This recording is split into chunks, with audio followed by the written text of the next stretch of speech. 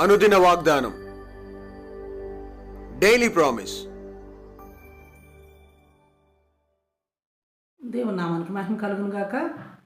మన ప్రభును ప్రియరక్షకుడైన యేసుక్రీస్తు వర్షం నామంలో మీకు నా హృదయపూర్వక వందనాలు తెలియజేస్తున్నాను. ఈ దినం దేవుని వాగ్దానం, జిగట మన్ను కుమ్మరి చేతిలో ఉన్నట్లుగా ఉన్నారు. ఇర్మియా 18:6. జిగట మన్ను కుమ్మరి చేతిలో ఉన్నట్లుగా మీరు నా చేతిలో ఉన్నారు. ఈ కుమ్మరి మంటికి చేసినట్లు నేను మీకు చేయలేనా? ఇదే యెహోవా వాక్కు. Praise Lord. ఆ కుమ్మరి జిగట మంటికి ఏం చేశాడు? 4వ వచనం. కుమ్మరి జిగట మంటితో చేర్చిన కుండ వారి చేతిలో విడిపోగా ఆ జిగట మన్నును మరలా తీసుకుని కుమ్మరి తనకు యుక్తమైనట్లుగా దాన్ని మరి యొక్క కుండ చేసెను.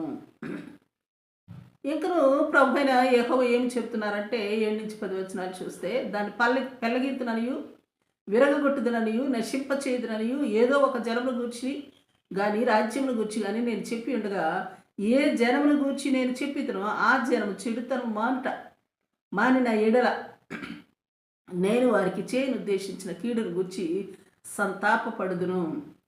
మరియు కట్టెదననియు నాటిదననియు ఒక జనమును గూర్చి కానీ రాజ్యమును గూర్చి కానీ నేను చెప్పి ఉండగా ఆ జనం నా మాట వినకుండా నా దృష్టికి కీడు చేసిన ఎడల దానికి చేయదలిచిన మేలును గురించి నేను సంతాపపడుదును.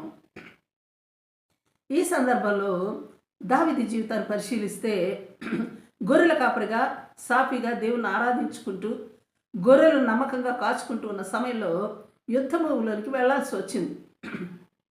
చూడాలనుకున్నాడు అంతే, కానీ యుద్ధ భూమిలో నిలవాల్సి వచ్చింది. ఆ తర్వాత యుద్ధాలు వెంటాడుతూ వచ్చే దానికంటే ముందు తన ప్రాణాన్ని కాపాడుకోవటానికి తన గుప్పెట్లో తన ప్రాణాన్ని పెట్టుకుని పరుగు తీయాల్సి వచ్చింది. అయితే అదే సమయంలో దావీదు అనే జిగటమట్టి కుమ్మరి అయిన దేవుని చేతిలో ఉన్నట్లు దావీదుకు తెలియదు. ప్రాణాపాయ స్థితిలో తన ప్రాణాన్ని కాపాడుకోవడానికి ప్రయత్నాలు చేయక తప్పదు. యుద్ధ భూమిలో ఉన్నాడు కనుక యుద్ధం చేయక తప్పదు అని అనుకున్నాడు. అయితే దావీదు దేవుని చేతిలో మట్టి ముద్దగా ఉండి దేవుడు తనకు యుక్తమైనట్లుగా ఆ జిగటమట్టిని మరో పాత్రగా చేస్తూ ఉన్నాడు. చివరికి సింహాసనాన్ని సిద్ధపరిచాడు. ఆ సింహాసనం స్థిరపరిచాడు, మరి స్థిరమైనదిగా నిర్ణయించాడు. ఈ మట్టి ముద్దను అక్కడ కూర్చుండబెట్టినాడు. Praise lord. కేవలం దావీదు మాట వినినందువలన, అదే సమయంలో సౌలు రాజు దేవుని మాట వినందువలన, తన దృష్టికి చెడు చేసినందువలన తన చేతిలో సౌలు అనే జిగట మట్టిని సింహాసనాన్ని కోల్పోయేంతగా ఆ ముద్ద విడిపోయింది. మరి సింహాసనాన్ని కోల్పోయింది. మరో విషయం ఏంటంటే, విచారకరమైన అంతాన్ని చూసింది.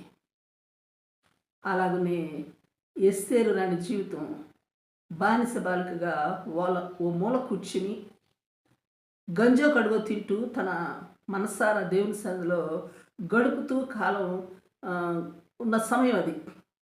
రాజైన అహష్వేరోషు కొరకు రాణి కావాలన్న ఎంపిక మొదలైంది.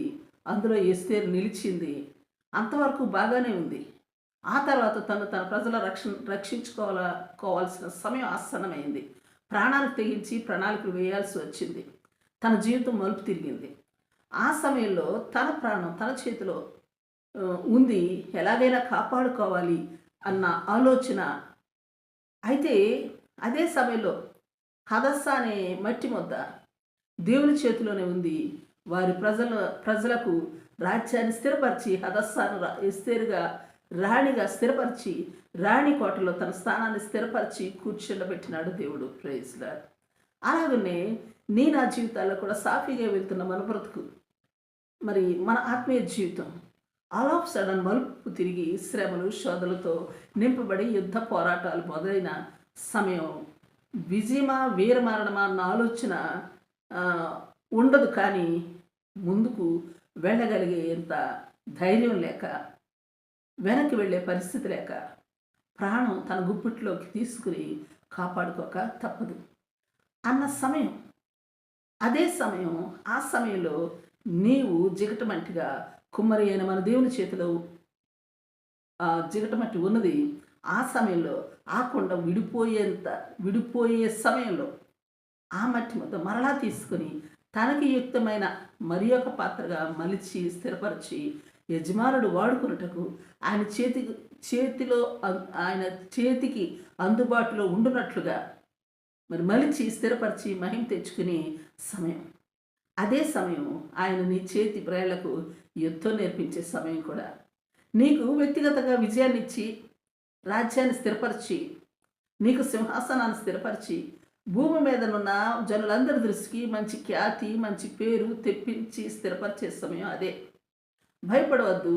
అలాంటి క్లిష్ట పరిస్థితుల్లో మీరు కుమ్మరి చేతిలో జిగటమట్టిగా ఉన్నారని, ఆయన తనకు యుక్తమైన పాత్రగా మలుచుకుంటున్నాడని జ్ఞాపకం చేసుకుని ధైర్యం తెచ్చుకుని ఆ క్లిష్ట సమయాన్ని బట్టి దేవుని స్తుతిస్తూ ఆయన ఆరాధించడం మానివేయద్దు సుమా.